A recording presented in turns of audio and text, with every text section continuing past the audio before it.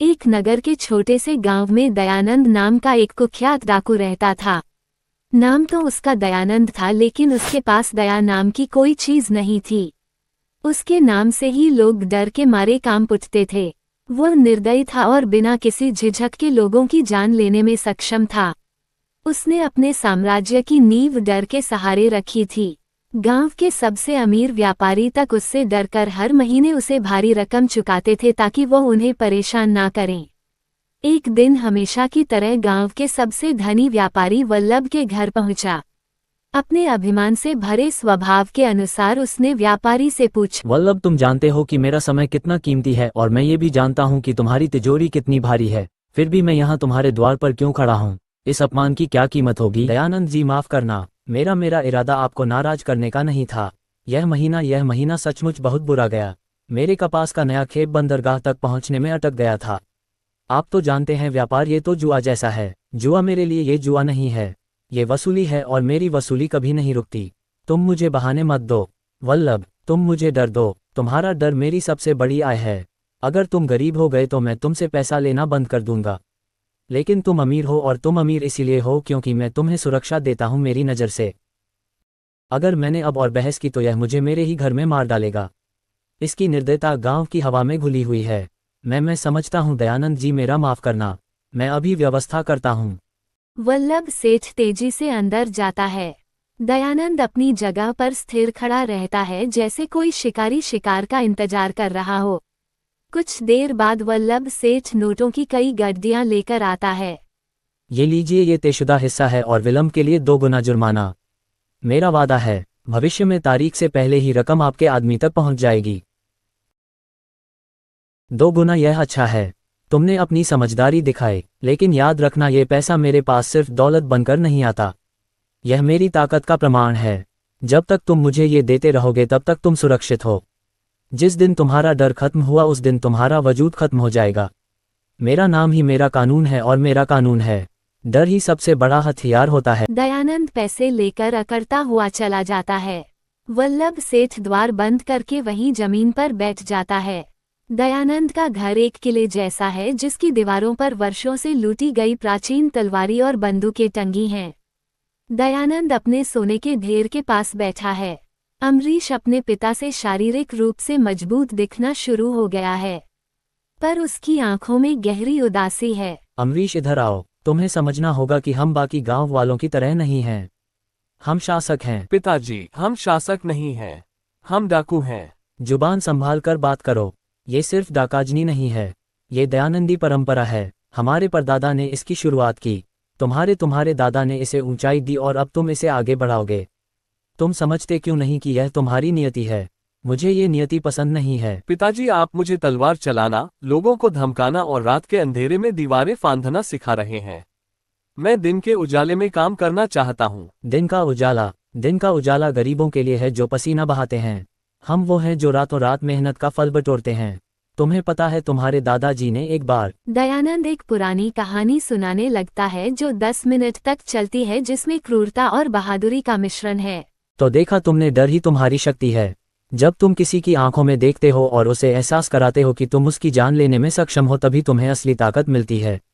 ये सिर्फ पैसा नहीं है, ये वर्चस्व बनाए रखने के लिए है। इनकी ताकत इस सोने में नहीं, इनके भ्रम में है। ये कभी नहीं बदलेंगे जब तक इन्हें इनकी अपनी दवा ना दी जाए। पिताजी, मुझे अब और चोरी करने का कोई कारण नहीं दिखता। आप धन से भरे हैं। अब हमें एक बाजार में एक बड़ा सा गोदाम क्यों नहीं खरीदना चाहिए? हम अनाज खरीद कर बेच सकते हैं, एक वैध व्यापारी बन सकते हैं। वैध व्यापारी? क्या तुम मुझे मजाक कर रहे हो? वह काम कमजोर करते हैं। हम तो वह हैं जिनके नाम को से व्यापारी अपनी पट गीली करते हैं। चोरी करना मजबूरी नहीं, पेशा है। ये सिर्फ पेट भरने के लिए नहीं किया जाता, ये रुतबा बनाए रखने के लिए किया जाता है। जाओ इस दुनिया में अपनी ईमानदारी आजमाओ। मैं तुम्हें चुनौती देता हूँ। जाओ और खुद मेहनत करके 1 रुपया कमाओ। मैं तुम्हें 1 महीना देता हूँ। जब तुम भूख से मरोगे, जब तुम्हारे कपड़े फटे होंगे, जब लोग तुम्हें ठुकराएंगे, तब तुम मेरे पास लौटोगे और मैं हंसूंगा, मैं तुम्हें गले लगाऊंगा और तुम खुद स्वीकारोगे कि दयानंद का रास्ता ही एकमात्र रास्ता है। मैं आपको गलत साबित करूंगा। मैं तभी लौटूंगा जब आप समझेंगे कि ईमानदारी की जिंदगी क्या होती है। अमरीश कुछ नहीं कहता, बस एक झोला लेकर रात के अंधेरे में घर छोड़कर चला जाता है। दयानंद उसकी पीठ देखकर एक जोरदार घमंडी हंसी हंसता है। अमरीश अगले कई दिनों तक गांव में घूमता है। उसके शरीर की बनावट बताती है कि वह बलवान है, लेकिन उसके चेहरे पर उसके पिता की पहचान का कलंक साफ झलकता है। माँ जी, मैं बहुत मेहनत कर सकता हूँ। क्या आप मुझे दूध के बर्तन पहुंचाने के काम पर रख सकती हैं? मैं सुबह जल्दी उठ सकता हूँ। हे राम, तुम उस डाकू दयानंद के बेटे हो। हाँ हूँ, लेकिन मैं उसके जैसा नहीं हूँ। मैं काम करना चाहता हूँ। तुम डाकू के बेटे हो। अगर मैंने तुम्हें काम दिया और तुमने मेरी दुकान लूट ली तो, या दयानंद को पता चला कि तुम मेरे लिए काम कर रहे हो, तो वह मुझे ही मार डालेगा। मेरे घर में 5 बच्चे हैं। बेटा, तुम यहाँ से जाओ, मेरी दुकान पर मत दिखना। अमरीश उदास होकर जाता है। वह एक वृद्ध बढ़ई शिवराम के पास पहुंचता है। दादाजी, मुझे लकड़ी का काम सिखा दीजिए। मैं बिना वेतन के काम करूंगा। बस मुझे सिखा दीजिए। तुम बलवान हो बेटा, पर तुम्हारे हाथ में औजार नहीं, तलवार का निशान दिखता है और मैं बूढ़ा हूं। मैं दयानंद से लड़ाई नहीं कर सकता। अगर मैंने तुम्हें काम दिया तो गांव में कोई मेरे पास लकड़ी का काम करवाने नहीं आएगा। वे सब डरेंगे। जाओ बेटा, अपनी किस्मत कहीं और आजमाओ। अमरीश अपने सबसे अच्छे दोस्त मोहन के पास जाता है। मोहन, तू तो मेरा दोस्त है, तू मुझे कुछ काम दिला। अमरीश, तू मेरी मजबूरी क्यों नहीं समझता? तू डाकू का बेटा है। जब तू मेरे साथ चलता है तो लोग मेरे ऊपर भी शक करते हैं। अगर सेठ जी को पता चला कि मैं डाकू के बेटे के साथ दोस्ती रखता हूं, तो वह मुझे नौकरी से निकाल देंगे। तू जा यहां से। तू हमारे समाज का हिस्सा ये नहीं बात है। अमरीश को अंदर तक तोड़ देती है। यह कैसी दुनिया है? मैंने चोरी नहीं की, फिर भी मैं चोर हूं। मेरे पिता का नाम मेरी नियति बन गया है। मेरा पसीना, मेरी ईमानदारी सब बेकार है। इस गांव ने मुझे मेरे पिता की वजह से ठुकरा दिया है। कई दिनों बाद पूरी तरह टूटकर घर लौटता है। वह थका हुआ है और भूखा भी। दयानंद पहले से ही उसका इंतजार कर रहा है। ओह, देखो कौन आया, मेरा ईमानदार बेटा। क्या तुम वापस आ गए या अभी भी दुनिया में ईमानदारी ढूंढ रहे हो? क्या तुम भूखे हो? हाँ, मैं भूखा हूँ और हाँ, मैं वापस आ गया हूँ। लेकिन सिर्फ ये बताने के लिए कि मैं हमेशा के लिए जा रहा हूँ। क्या मतलब? मतलब ये कि आपने जीत हासिल नहीं की है। मैं इसलिए नहीं लौटा क्योंकि मुझे चोरी पसंद है। मैं इसलिए लौटा क्योंकि इस गांव ने मुझे ठुकरा दिया। कोई मुझे काम नहीं देगा, कोई मुझे स्वीकार नहीं करेगा। वे सब आपसे डरते हैं और वे मानते हैं कि मैं भी आपके जैसा ही हूँ। मैं आपकी पहचान से घृणा करता हूँ। पिताजी, आपने सिर्फ सोना नहीं लूटा, आपने मेरा भविष्य लूट लिया। ये दुनिया ऐसी ही है बेटा, तुम इसे बदल नहीं सकते। तुम डाकू के बेटे हो और तुम्हें डाकू ही बनना पड़ेगा। मैं नहीं बनूंगा। मैं इस गांव को छोड़कर कहीं और जाऊंगा, एक ऐसी जगह जहां कोई दयानंद नाम के डाकू को ना जानता हो। जाओ, लेकिन जब तुम्हारी भूख तुम्हें खा जाएगी, जब गरीबी तुम्हें सड़क पर ले आएगी, तो तुम याद रखना ये सब तुम्हारे मूर्ख आदर्शों की वजह से होगा। तुम खुद लौटकर मेरे पैरों में गिरोगे। मैं कभी वापस नहीं आऊंगा पिताजी। मैं तभी लौटूंगा जब आप समझेंगे कि कोई भी इंसान दूसरों को लूट कर जीने के लिए मजबूर नहीं होता। उस दिन मैं आप में एक बदलाव देखूंगा। अमरीश अंतिम बार अपने पिता को देखता है और हमेशा के लिए चला जाता है। दयानंद इस बार हंसता नहीं है। उसके मन में पहली बार अशांति का भाव आता है। वह चुपचाप अपने सोने को देखता है और जीवन में पहली बार उसे यह सोना भारी लगने लगता है। गांव से दूर एक शांत नदी के किनारे अमरीश को एक पीपल के पेड़ के नीचे बैठे कबीर साहिब जी मिलते हैं। कबीर साहिब जी अत्यंत शांत और तेजस्वी हैं। अमरीश नदी में पानी पीने के लिए रुकता है। क्या बात है बेटा, तुम्हारी आंखों में बहुत दर्द है। तुम किसी पहाड़ के बोझ तले दबे लग रहे हो। आप महात्मा हैं। मैं तो बस एक राहगीर हूँ जो सच की राह दिखाता हूँ। तुम्हारा बोझ तुम्हारे पिता का नाम है ना? आप कैसे जानते हैं? मैं जानता हूं कि तुम्हारे पिता दयानंद ने डर को अपना धर्म बना लिया है। वो सोचते हैं कि डर ताकत है, लेकिन डर सिर्फ एक जेल है बेटा, एक ऐसी जेल जिसमें वह खुद और सारा गांव कैद है। लेकिन मैं क्या करूं? उन्होंने मुझे ठुकराया, समाज ने मुझे ठुकराया। मुझे लगता है कि सच में इस दुनिया में ईमानदारी से कोई काम नहीं मिल सकता। नहीं काम मिलता है, लेकिन तुम्हारे पिता ने गांव वालों के मन में जो डर बोया है वो तुम्हारी ईमानदारी को देखने नहीं देता। तुम्हारे पिता तभी बदलेंगे जब उनका दर्पण टूटेगा। पाप पुण्य सब झूठ है जब तक ना हो ज्ञान। अपने मन के द्वेष से जग में मिले ना मान। तुम्हारा पिता दुनिया से लूटता है क्योंकि वह मानता है कि वह सबसे ऊपर है। जब कोई उससे लूटेगा, जब कोई उसे ठुकराएगा, तब उसे एहसास होगा कि तुमने क्या झेला है। बदलाव सिर्फ उपदेश से नहीं आता बेटा, वह अनुभव से आता है। तुम्हें अपने पिता के लिए वही अनुभव तैयार करना होगा जो उन्होंने तुम्हारे लिए किया है। पर क्या ये चोरी करना सही होगा? तुम्हारा कर्म चोरी नहीं, सबक देना होगा। तुम वो धन वापस कर दोगे, तुम उन्हें दर्पण दिखाओगे, तुम वह माध्यम बनोगे जिससे उनका अहंकार टूटेगा और उनका मन भक्ति की ओर मुड़ेगा। ये सबसे बड़ा त्याग होगा। अमरीश कबीर साहिब जी से दीक्षा लेता है। उसे एक नया उद्देश्य मिलता है। वह अपने पिता के सबक के लिए वापस लौटता है। कुछ दिनों बाद अमरीश रात के अंधेरे में वल्लभ सेठ के घर में घुसता है। वह अब कुशल चोर बन गया है क्योंकि उसने अपने पिता के सारे प्रशिक्षण को उलट दिया है। चोरी न करने के लिए नहीं बल्कि सबक सिखाने के लिए वह वल्लभ सेठ के घर से लाखों का धन चुरा लेता है। अगली सुबह गांव में हाहाकार मच जाता है।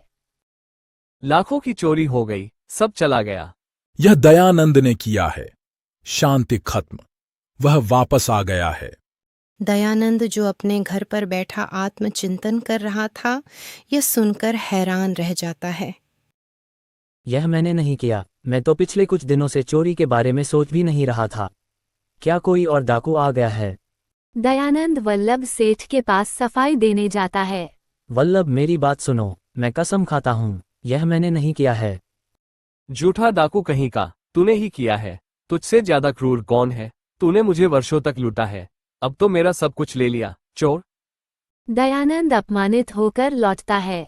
पहली बार उसे एहसास होता है कि निर्दोष होते हुए भी अपराधी कहलाने का दर्द क्या होता है। दयानंद असली चोर को पकड़ने की कोशिश करता है, पहरा देता है, लेकिन असफल रहता है। एक रात जब वह पहरे पर बाहर होता है, अमरीश उसके अपने घर में घुस जाता है। अमरीश ने अपने पिता की वर्षों की कमाई, सोना चांदी सब कुछ चुरा लिया। दयानंद सुबह घर लौटता है। घर का दरवाजा खुला है, तिजोरी टूटी है। उसका वर्षों का साम्राज्य एक रात में खंडहर बन गया है। नहीं, ये नहीं हो सकता। मेरी दौलत, मेरी पहचान सब चला गया।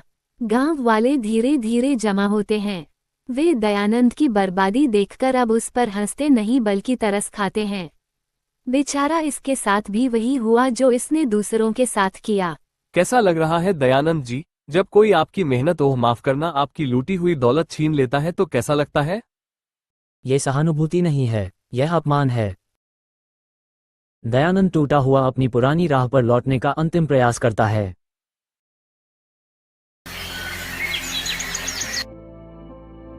मेरा मासिक हिस्सा मुझे दो। तू अब किसका डाकू है? तेरे पास अब कौन सी ताकत है? जा, अब तेरी जगह हमारे सामने नहीं, जमीन पर है। दयानंद को पहली बार एहसास होता है कि डर ही उसकी ताकत थी और अब डर चला गया है तो वह कुछ भी नहीं है। उसी क्षण अमरीश साफ सुथरे कपड़े पहनकर आत्मविश्वास के साथ गांव में आता है। दयानंद अपने बेटे को देखकर दौड़ता है और उसे गले लगाता है। अमरीश, तुम आ गए, देखो मैंने सब कुछ खो दिया, मैं अब कुछ नहीं हूं। मैं जानता था कि आपको इसी पल की जरूरत थी पिताजी। आपको उस दर्द को महसूस करना था जो आपने वर्षों से दूसरों को दिया है। तुम क्या कह रहे हो? वल्लभ सेठ के घर चोरी करने वाला और आपका घर लूटने वाला मैं ही था पिताजी। तुम पर क्यों? मैंने आपसे कहा था मैं तभी लौटूंगा जब आप समझेंगे। मैंने यह सब आपको सिखाने के लिए किया था। मैंने कबीर साहिब जी का ज्ञान सुना। उन्होंने मुझे दिखाया कि डर नहीं, प्रेम और सच्चाई ही वास्तविक दौलत है। मैं मूर्ख था। मैंने अपने बेटे को सिर्फ डाकू बनाने की कोशिश की। तुमने मेरी आंखें खोल दी अमरीश, मुझे माफ कर दो। दयानंद को अपनी गलती का एहसास होता है। वह तुरंत वल्लभ सेठ के पास जाता है। मैंने तुम्हें और पूरे गांव को जो कष्ट दिया उसके लिए मैं माफी मांगता हूं। मैं अपराधी हूं। यह रहा आपका लूटा हुआ सारा धन। अमरीश और दयानंद ने मिलकर वल्लभ सेठ और गांव वालों का सारा लूटा हुआ धन वापस किया। दयानंद ने अपने अपराधों के लिए प्रायश्चित किया। दयानंद और अमरीश दोनों कबीर साहिब जी से दीक्षा लेते हैं। वे चोरी छोड़ देते हैं और मेहनत करके एक नया जीवन शुरू करते हैं। दयानंद अपनी बची हुई दौलत से गांव में एक छोटा व्यापार शुरू करता है। मैं अब डाकू नहीं हूँ, मैं अब एक ईमानदार व्यापारी हूँ। मैं वादा करता हूँ कि मैं अपने पापों को किस प्रायश्चित जीवन भर करता रहूंगा। गांव वाले जो कभी उनसे डरते थे अब उन्हें प्रेम और सम्मान से देखते हैं। दयानंद और अमरीश भक्ति और ईमानदारी के मार्ग पर चलकर एक सच्चा सम्मानित जीवन जीते हैं। अमरीश की मेहनत रंग लाती है और दयानंद को अपने पुत्र पर गर्व होता है। देखा पिताजी, डर नहीं, मेहनत ही सबसे बड़ा हथियार है।